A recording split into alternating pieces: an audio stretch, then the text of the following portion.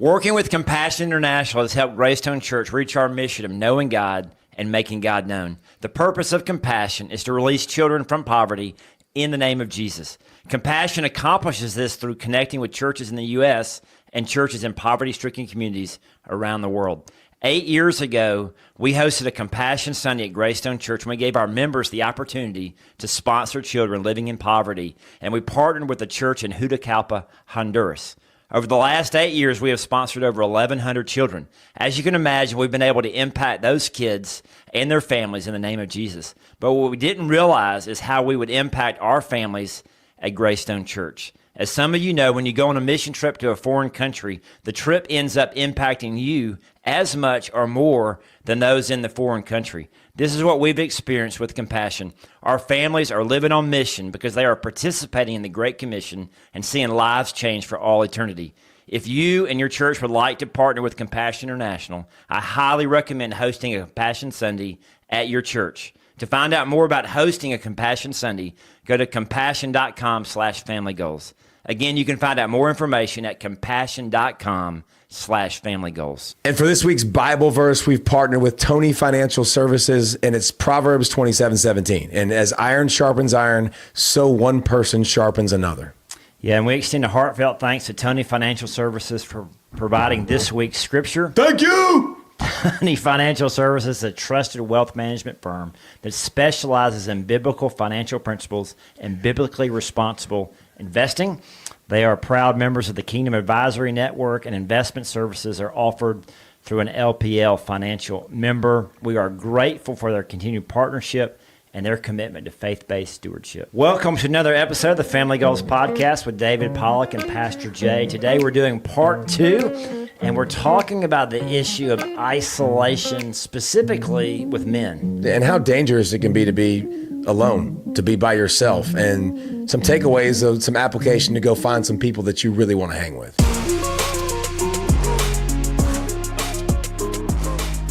So, I forgot to say happy birthday to you. Last week? Yeah. Sorry, I was okay not talking about it. I was all right with that. You're into your 40s now, right? Yeah. You're like 40-something? 40-something, yeah. And you were an old man. I like that. I like that coming from my 60-year-old friend. I'm getting old. I'm a double nickel. Double nickels, baby. Yeah. So I want to talk about part 2 from the men's conference, because he said the two greatest failures of men, and we talked one last week, was passivity, and we talked about authority and dominion.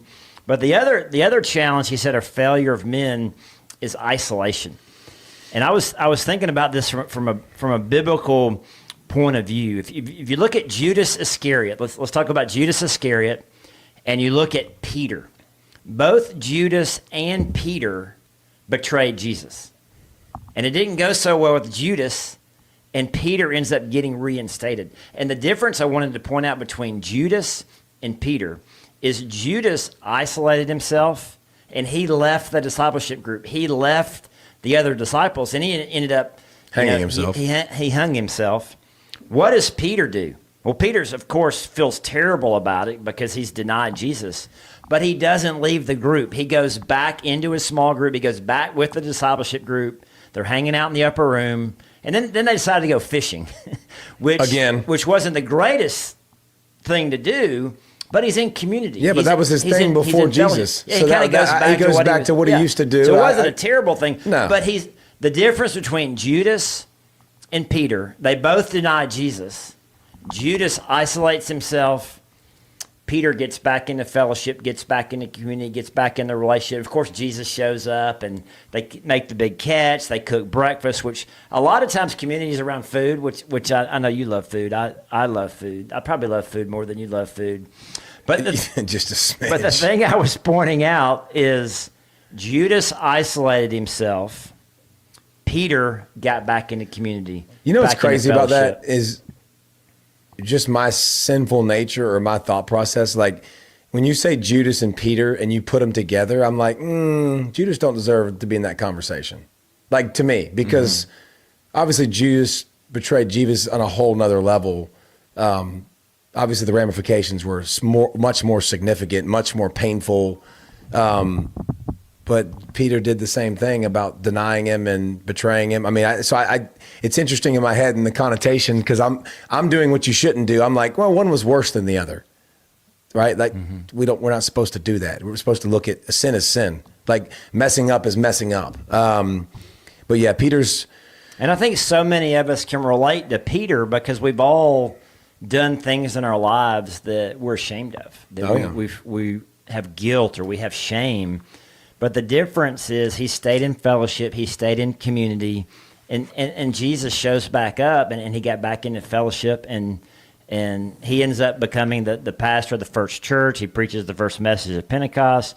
3,000 people accept Christ, baptized on the spot. And it goes completely different for Judas than it does Peter. And I think what I want us to get into today is why do men isolate ourselves? Why do we not put ourselves in fellowship? Why do we not put ourselves in a community where we have accountability? You know, where we're allowing other men to hold us accountable to being godly husbands. The first thing that comes to mind fathers. is very easy to me. It's easier. It's easier to stay isolated. It's easier nowadays to do that. It's easier to be on my phone. It's easier to watch Netflix. It's easier not to cultivate relationships and not put effort into things. Mm-hmm. Like I don't have to do that anymore. Like, you know, these kids nowadays aren't even dating. I mean, a lot of the boys nowadays are not dating and they're not learning communication skills because they just have a device that they can use. They don't have to muster up the courage to go talk to someone. They could just do it behind a screen. Like, think how easy that is. Well, now with AI, I mean, you don't even know it's real. You can have the perfect girlfriend that basically tells you how great you are. Yeah, and they don't really exist. But do you do the AI world, by the way? Are you? I'm trying to get into. I'm trying to get better at it. I'm trying to learn. It's pretty amazing. Yeah, it's phenomenal. Russ Tanner, my buddy, showed me this morning. The morning of my birthday when we worked out, he showed me basically an app, and he started putting all this thing, and it said roast, unfiltered roast or something, and put my name in, and then it just tore me to shreds. It was fantastic. It was unbelievable. But I have so many buddies that are using AI and how much it can help you organize thoughts and think about things and save time on trip. You can literally put in these things now with ChatGPT and I think it's Grok. Is it Grok? Is that how you say it? That's what I've been trying to use. You literally can put in, I'm going to be in the east side of New York at this time. What do I need to see? What do I need to do? And it can help you schedule. But you're right. I mean, I was talking to one of the local high school football coaches, and he had a parent meeting the night before, and so he just plugged into ChatGPT. Hey, send a follow-up letter to 100 parents from our high school football team. I want to hit these main points. And literally within, seconds, this whole letter. Now, he had to go back and put it in his own words and edit it. Then he said, put together a workout training program based on University of Georgia football team that would be 3 days a week or 4 days a week for high school football players. And the whole thing just maps out this perfect, I don't think it's just good. Within minutes, I don't think it's good. You don't think AI is good? I don't think that. I don't think the Google generation. I just think that. It's funny, you sit there and have a conversation with your kids and yet something comes up and you're like, oh, where did they go to school? Or, where did they play college ball? And it's like, well, hold on a second. I'm like, no, use your brain. Tap into your brain and go, where did they play? What were the color of the uniforms? Maybe it's a heck of a thought, but maybe we can figure it out without searching it. Yeah, I like to wonder a lot, and Jennifer will just want to Google it. Yeah. She's like, well, do you want the answer to the question or do you want to wonder about it? And I'm like, well, I want to figure out the answer to myself. I want to see that if my brain works and doesn't turn to mush. I just think I don't know. It is interesting. But we'll have these debates. And so so how tall is Shea Gildress-Alexander? I wonder how tall he is. 6'7". So, but then you can Google it and find out. But it's fun to try to figure it out yourself because he plays smaller. He doesn't. He looks like a guard, like a 6'7". No, but he is. Yeah, he's way taller than he looks. And I could Google how much does David Pollack weigh? Your weight is your weight on the internet? I'm sure everything's on the internet now. God, you can put everything on there. But I think it is a. Well, let's get back to isolation. Well, I think it is a problem. Phones make it more comfortable, easier. You think you're in community. You think you're in relationship because you're on Twitter or social media or X or video games. Because video games now you just log into a room and you play with your friends. You're on a headset. You just you just play with them all the time. Yeah, so you have these like buddies all around the world. Yeah, I mean they're not really your friends. They're just people you play video games with. I put it like this. Yeah. I had several people back in the day that I played video games with that I played with almost every day, and I never met them before. But I literally know their kids' names, what's going on in their lives, like because we sit there and talk about it, and we played Fortnite for forever. Now I'm off the train, thank God. It makes my life way more productive. But yeah, like you sit there. I'm not a gamer, so I have no idea what you're talking about. No, but I do think from an isolation standpoint, I think it's easier to isolate than get out of your comfort zone and go try to do things. Mm-hmm. Like I think pride comes into it too. I mean, that's obviously if you're going to check the list of a lot of things with men, pride is at the top of it. Like I don't want to admit my faults. I don't want to admit things that I've done that I'm not proud of. You know, like I don't want to admit things that ways I've wronged people. But what you find is just like with Peter, a lot of times it grows your relationship. It doesn't end it, especially the good ones. Like the good relationships, it's like, oh, guess what? I did the same thing. I screw up too. Let me tell you about this that I did. And that's where I love in this podcast when I can get you to talk about those things. Like, where are the screw ups, man? Mm-hmm. Like, because I got plenty. Like going and telling Chipper Jones that I struck out Brett Favre. we could probably do better next time. Like, that's definitely something that we'll rein it in, Pastor J. We'll work on it later. But yeah. But I'm sure you've seen it with the church too, with all the people that you mentor and stuff, of how easy it is to, not to get out of your comfort zone, not share Jesus because I don't have to talk to people. Mm-hmm. Like, yeah, we were talking about this the other night because there's a lot of at church. Now you do have the opposite of this. You do have husbands that come without their wives, but for the most part, you have a lot of wives and children who come to church without their husbands. And so the question was, how often do you keep reaching out to that husband, trying to get him involved, trying to get him to come to church? Can you do it too much? So that was the question we were asking, or one of the guys was asking in our group. It's pretty cool. We were sitting around a garage with 11 guys talking about Jesus and being godly husbands and fathers. And so the question is, if one of the husbands or fathers isn't coming to church and his whole family is, how often should we keep reaching out to that person before you? Because you don't want to push him away. You don't, yeah. Like you don't want to wear him out so much that he's doesn't want to come. But my thought was never give up on anybody. I think you got to be strategic in how you invite people. But I have people in my life for 30 years. I'm still reaching out to them. I'm still ministering to them. I'm still inviting them. Like you don't ever give up on anybody. Well, I think you've seen too, you've seen so many things that we've talked about on here before of a spouse praying for their spouse for 10 years, for 15 years, and that it comes to fruition. So you don't want to give up, but I will say this, I think it's hard because when you get no so many times, it's difficult to keep going back and it can be exhausting. Yeah. It can be frustrating. There's a lot of things that come with it. But I do think what you said about thinking and being creative and finding creative ways to ask. And that's what I think the church does a good job when you have different kind of events, whether it's outdoor events and golf events, whatever it is, man, continuing to find unique ways to push buttons and get people involved and sending them videos of cool things you see. And maybe, I saw an unbelievable one of Charlie Kirk. I've seen a bunch of unbelievable ones from Charlie Kirk. You know who Charlie Kirk is? Okay. He's fantastic, but just talking about something and, the way he identifies with the youth of America is better than us. And so being able to send videos of something like that, where maybe this connects to a button. So I think unique, different ways, different events, not the same, Sunday service all the time. Cause you see it as a person, you see it and you're like, here it is again. Oh, wait, what is this? This is different? That's cool. That's dope. Yeah. I think life is better together, and accountability. You could apply this to really any area of your life. I know you're big on the working out, but you have guys that hold each other accountable to working out. Hey, yep. we're meeting at the gym at 12 o'clock or whatever.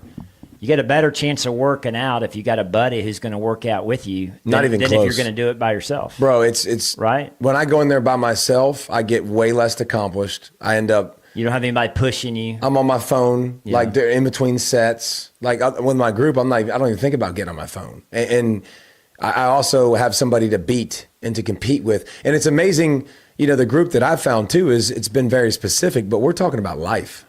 Like we're talking about our wives. We're talking about screw ups. We're talking about our kids. And so like it's really a therapy session too, where you're getting it out and you're bearing each other's burdens. And next thing you know, you're texting one of your buddies from your group that night and you're praying with them. And like, I think that it's so important to have, and that to me is like, that's the time too. And so isolation isn't good. But I think you do need different types of groups. I'll put it in different categories. Like you need wifey time. You need kids time. You need friends time. You need time away from kids and wife time. Like those are important things to have as well. So again, that's not isolation still. I just don't, there's not a lot about isolation that's good. Mm-hmm. There's just not a lot that it doesn't promote growth and the best version of you. It promotes the easiest path. It's just turn on a documentary, scroll my phone. It's not conversation. It's not real life. It's Netflix and phones. And it's not real life. It's not real. It's imaginative. And guess what? If I don't like the video, I just scroll up it real quick. Okay, I like that one. Don't like that. I don't like that TV show. I mean, you know what I'm saying? Like it's just easy, comfortable. And yeah, I think the idea of like some of these men who aren't coming to church or aren't in small group or aren't connected, I think trying to create like a men's conference or like on this next Tuesday, we're having, hamburgers and hot dogs, inviting the men out. We're going to talk about Titus 10, but we're trying to get them to come with the hamburgers and hot dogs. Or we have the golf group, with Monday afternoon golf group. Guys might be willing to come play golf. Yeah. And then at the golf course, you're trying to steer the conversation towards spiritual things. And I think you'd mentioned this while you're working out or you're going to dinner with somebody or you're hanging out with your buddies. Trying to steer that conversation towards spiritual things, trying to steer that conversation to something more than just, it's so easy just to talk about sports and talk about, mindless things. But hey, asking people about that's what I appreciate the other night. We were meeting in this monsoon. This guy grilled out some ribs and he had some halibut. He had some salmon and he invited his neighbors, but it was like pouring rain. We're sitting in his garage. And it was so cool because the conversation was all about Jesus. The conversation was about being a godly husband, being a godly father. And it was just popcorning around, but it's looking at another man. Like one of the guys in our group went through a divorce about 2 years ago. It's like, how are you doing? How are your kids handling this? And what's going on in your life? Pointed questions that you have to answer. Pointed questions. And it's like talking to your kids when they come home from something like, how was it? They're going to say good. Yeah. But, how are you doing? Like very good. Specific. Yes. Like, how's your marriage? Yeah. I like to ask, how's your heart? Yeah. Like, how's your heart feeling? Like, how does, like, what's going on with that? I was like, well, how does your heart feel about that? Like, what I'm saying, as opposed to broad spectrum. But I do like you got to ask questions. But I also think that when you're with people too, I think one of the most important things you can do is set a good standard. And like when people talk about people, like I get really quiet. I don't enjoy it. I don't love it. I don't love being around it. And you can also control that narrative too by shutting some of that stuff down and then leading the conversation elsewhere. But like, I just don't have a lot to say about John Doe, I don't care. Like, I'm not going to say a person in my life because they listen to this show that might talk about something with other people. And I'm like, I don't care. Mm-hmm. Like, I don't care. I don't want to hear about other people and what they're doing and what their problems are. I got enough of my own. Like, I'm not worried about them and how they handle their problems. That's theirs. Like, now if I can plug in and I can help, so be it. But I'm not trying to talk about them to make me feel better about me. Like, well, let's, as far as the application goes, man, what would you say what if someone's listening to this podcast right now and they're realizing I've isolated myself. Like I don't have a group of friends that I do life with. Like someone, I think someone out there listening is probably, Like as I'm speaking right now, it's like that divine unction, like it's God speaking to them like, hey, you're that person who's isolated. What are you going to do about it? What are you going to do about it? What would you suggest someone to do about it? Well, I think that person, but also I think the person that has bad friends, that are also leading you down a path that you don't want to be on. Mm-hmm. Like if you don't feel like you like where you're at and where your family's at, like it's really difficult sometimes to make changes and hurt feelings. You got to figure out what's important to you. You got to figure out the things like it's always a self-evaluation. It's always like, where am I at? Where do I want to go? If I want to go meet new friends, what does that look like? Well, I'm probably not going to find the friends that we're talking about in a bar. It's probably not the first place to start. You know what I'm saying? Like, just see, that's where you and I are. Like, that's not even on my radar, but that's a great point. That's not even on my radar, but that's probably the person who's isolated. 100%. I got to go find people to hang out with. Where do I go? A bar, a restaurant. Like, I mean, it's probably not my first choice right now. Like, I mean, I definitely think that, church, you're going to go find people, and listen, it's going to be different. It's going to be awkward, and you got to go to some places new sometimes. But I think, people that go to church, there's a lot of people there that are like me and Pastor J that like, we're looking for you people. Like we're looking for people that we can pour into and help and change. And there's a lot of people on staff that they're paid to do that. Like they're literally paid to make sure that you have a good experience. Yeah. Like, have you ever thought about that? You're walking into church, those people are cheering for you. They want you to become successful. There's not a lot of that in life everywhere else. And so I think, finding something to do with church, finding hobbies that you're good at, like things that you want to do, and then surround those hobbies with the people that you want to find them with too. Like, right? Like those, if you like to watch movies, if you like to watch documentaries, perfect example. I like to watch Netflix. I think that's fun. Like, I like it when my kids go to sleep and it decompresses me. House of David, The Chosen. Like, those are good options. I have other options on there that take you through scripture and do stuff like that's a much better use of my time. I'm not going to sit here and tell you I don't watch movies and I don't watch crap sometimes, but like, I also want to make sure that like I'm filling myself with good stuff too. And so I'll find those things and make sure I watch. I'll make sure that I read and I read good stuff for me. So I think, evaluate where you want to be. Like, where do I want to get to? If I want to get to meet a few close friends, and what do I want it centered around? What are the most important things? Like, that's how we start to make a plan to go. And we're not like going on making ourselves desperate. Like, we can go and let things happen how they're going to happen, but we got to look in the right spots. I think that's the most important thing. You brought up watching movies. So there's a guy in my discipleship group. He and his wife have started. They do a once a month dinner and a movie, and they pick a Christian-based movie, and they've invited like 20 couples over, and I think it's kind of been growing every month. But they'll pick a movie, and then after the movie, they'll talk about it. And so it's kind of what you're saying. It's like they're creating this fellowship around movies. Another group of guys I know, they go to lunch. They go to lunch on Wednesdays. They let everybody know, where it's going to be. But they show up with a devotion. There's like a devotion, and it's kind of lunch, and it's fellowship. And so it's purposeful. It's putting some purpose behind. And this guy said this yesterday as I went to the lunch yesterday, and he was talking about, what did the phrase he used? Something along the ideas of, I'm now having fun with my faith. And he said before he was so driven and never took the time to build these type of friendships and relationships in small groups. And now he's semi-retired, or maybe he's fully retired. But he's like, we're just having fun with the faith. So it's like, we're playing golf together. We're purposely going to dinner with other Christian couples. Like we're doing life together. Life on life fun. Like we're going to do these things anyway. We're going to eat anyway. We're going to play golf anyway. We're going to watch movies anyway. Well, and that's one thing. Let's do with other Christian couples. I think people think I think some people in the outside world think Christianity is a rigid, rugged set of rules, and it's like no fun. Like, you're in the wrong spot. I mean, it's not.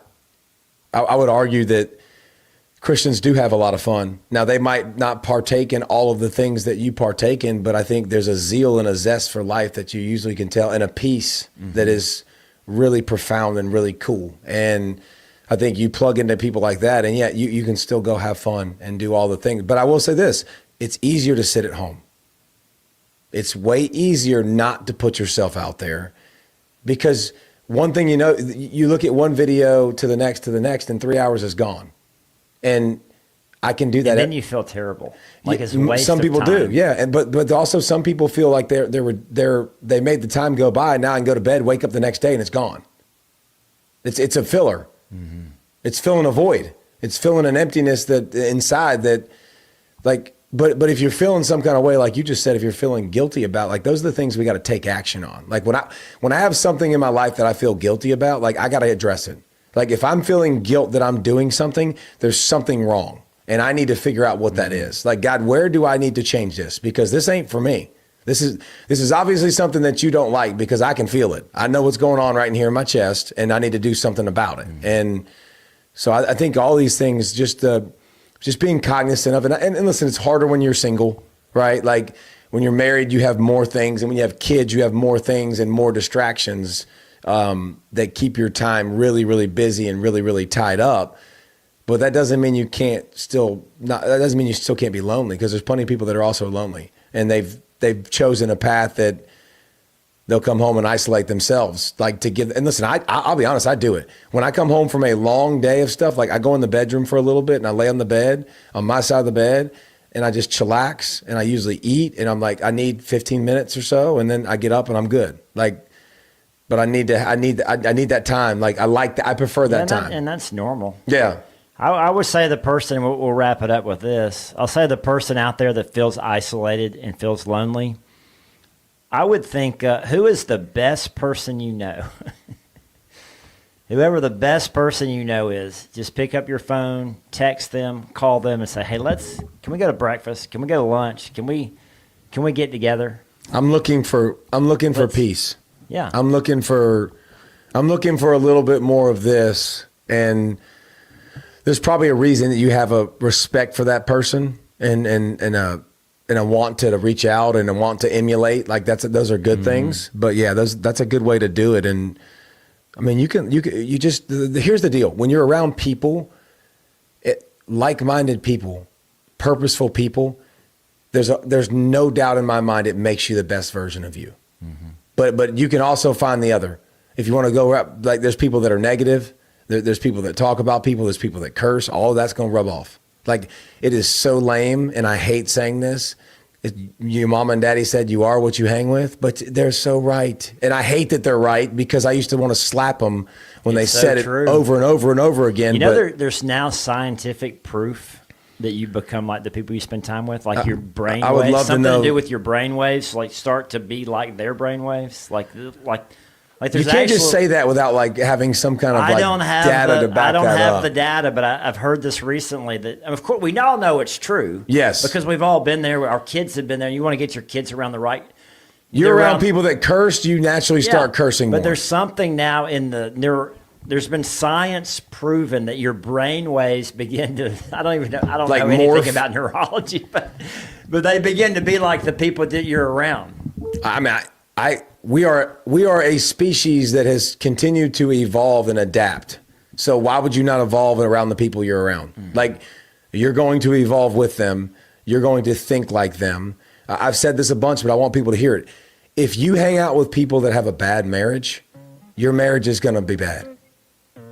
Like, I know that's very simplistic, but they don't care about their marriage. They don't give a rat's butt about yours. Like, if their marriage isn't important, neither is yours. So just consider that when you're hanging around people and when you watch people treat their wives a certain type of way and you're like, wait a minute, because that should be indicator number one. Like, right off the bat, like, my intent is like, if you treat your wife like crap, like, I'm like, probably not like I want to hang out material. I mean, if that's how you treat the most important person in your world, I can't imagine how you treat me behind my back.